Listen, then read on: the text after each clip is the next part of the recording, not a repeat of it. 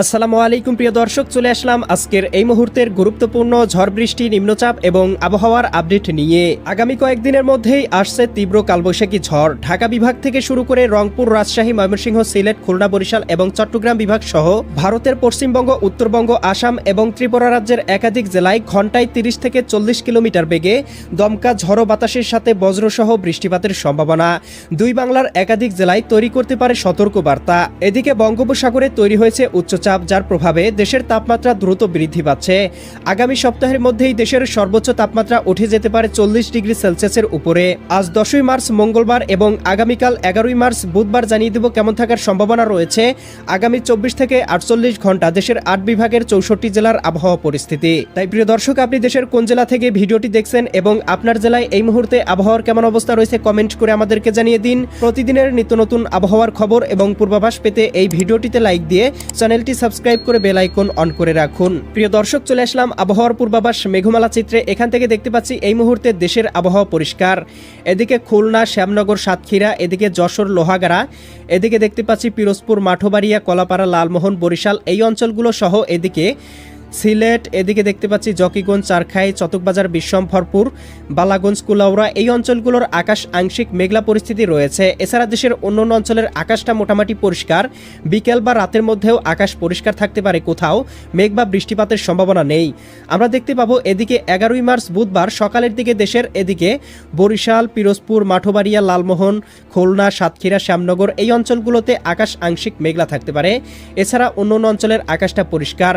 আমরা দেখতে পাবো দুপুর বা বিকেলের দিকে বৃষ্টিপাতের সম্ভাবনা তৈরি করতেছে এদিকে ঢাকা বিভাগে ঢাকা, নারায়ণগঞ্জ, মুন্সিগঞ্জ, গাজীপুর, মানিকগঞ্জ, নরসিংদী, টাঙ্গাইল, ফরিদপুর, রাজবাড়ী, মাদারীপুর, শরীয়তপুর, গোপালগঞ্জ, কিশোরগঞ্জ। এদিকে বরিশাল বিভাগেরও দুই এক জায়গায় বৃষ্টিপাতের সম্ভাবনা দেখা যাচ্ছে।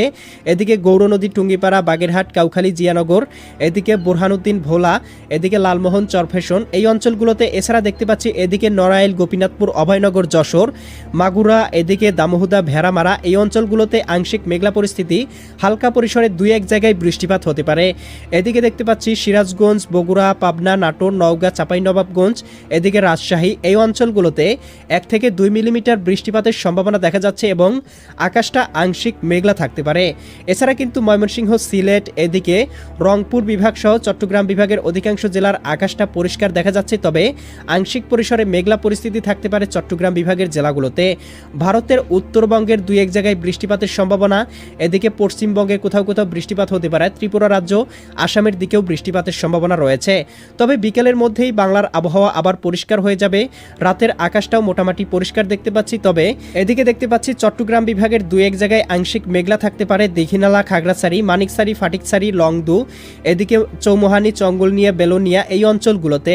এছাড়া ভারতের ত্রিপুরা রাজ্যে কোথাও কোথাও 7 থেকে 8 মিলিমিটার বৃষ্টিপাতের সম্ভাবনা। উত্তরবঙ্গ, পুরুলিয়া, মালদা, ইসলামপুর, শিলিগুড়ি, জলপাইগুড়ি অঞ্চলগুলোতেও 3 থেকে 4 মিলিমিটার বৃষ্টিপাত হতে পারে। এছাড়া দেশের অন্যান্য অঞ্চলের আকাশগুলো মোটামুটি পরিষ্কার থাকতে পারে। 12ই মার্চ বৃহস্পতিবার দেখতে পাবো রাজশাহী বিভাগে বিক্ষিপ্ত পরিসরে বৃষ্টিপাতের সম্ভাবনা রয়েছে। এদিকে দেখতে পাচ্ছি পেতনিতলা, পরশা, গোমাস্তুপুর, নবাবগঞ্জ, এদিকে মোহনপুর, রাজশাহী, পুঠিয়া, লালপুর, পাবনা, বেড়া, এদিকে ভাঙ্গুড়া, ত্রিশাল, এদিকে সিরাজগঞ্জ, এদিকে নন্দীগ্রাম, বগুড়া, আকিলপুর, আদমদিঘি, শিবগঞ্জ, পঞ্চবিবি অঞ্চলগুলোতে কোথাও কোথাও 8 থেকে 10 মিলিমিটার বৃষ্টিপাত হতে পারে 12ই মার্চ সকালের দিকে। এছাড়াও দেখতে পাবো এদিকে খুলনা বিভাগের কুষ্টিয়া, ভেড়ামারা, এদিকে আলমডাঙ্গা, পাংশা, এদিকে দেখতে পাচ্ছি দামোহদা, এদিকে মেহেরপুর অঞ্চলগুলোতেও 1-2 মিলিমিটার বৃষ্টিপাত। ভারতের এদিকে কাটুয়া, ভোলাপুর এই অঞ্চলগুলোতেও দুই এক জায়গায় বৃষ্টিপাত হতে পারে। এছাড়া কিন্তু দেখতে পাবো রংপুর বিভাগের রংপুর, গাইবান্ধা, কুড়িগ্রাম, নীলফামারী, লালমনিরহাট, দিনাজপুর, ঠাকুরগাঁও, পঞ্চগড় জেলাগুলোতে 2 থেকে 3 মিলিমিটার বৃষ্টিপাতের সম্ভাবনা তৈরি করতে পারে। এদিকে দেখতে পাবো ঢাকা বিভাগের দুই এক জায়গায় নগরপুর, বাসতুল, টাঙ্গাইল, কালিহাতি, ভালুকা, এদিকে ত্রিশাল, জলছত্র, এদিকে সরিষাবাড়ি, জামালপুর, ময়মনসিংহ অঞ্চলগুলোতেও আকাশটা আংশিক মেঘলা থাকতে পারে। এছাড়া অন্যান্য অঞ্চলে কোথাও বৃষ্টিপাতের সম্ভাবনা দেখা যাচ্ছে না। আমরা দেখতে পাবো দুপুর বা বিকেলের মধ্যেই দেশের মেঘমালা কিছুটা কমে আসবে। এদিকে দেখতে পাবো চট্টগ্রাম, কক্সবাজার, রাঙ্গামাটি, বান্দরবান, খাগড়াছড়ি, নোয়াখালী, লক্ষ্মীপুর, ফেনী, কুমিল্লা, চাঁদপুর, ব্রাহ্মণবাড়িয়া অঞ্চলগুলোর দুই এক জায়গায় আংশিক বৃষ্টিপাত হতে পারে। এছাড়া কিন্তু দেখতে পাচ্ছি দেশের আকাশ আংশিক পরিসরে মেঘলা থাকতে পারে। খুব একটা ভারী বৃষ্টিপাতের সম্ভাবনা দেখা যাচ্ছে না। আমরা বিকাল বা রাতের দিকে দেখতে পাবো কোথাও মেঘমালা নেই।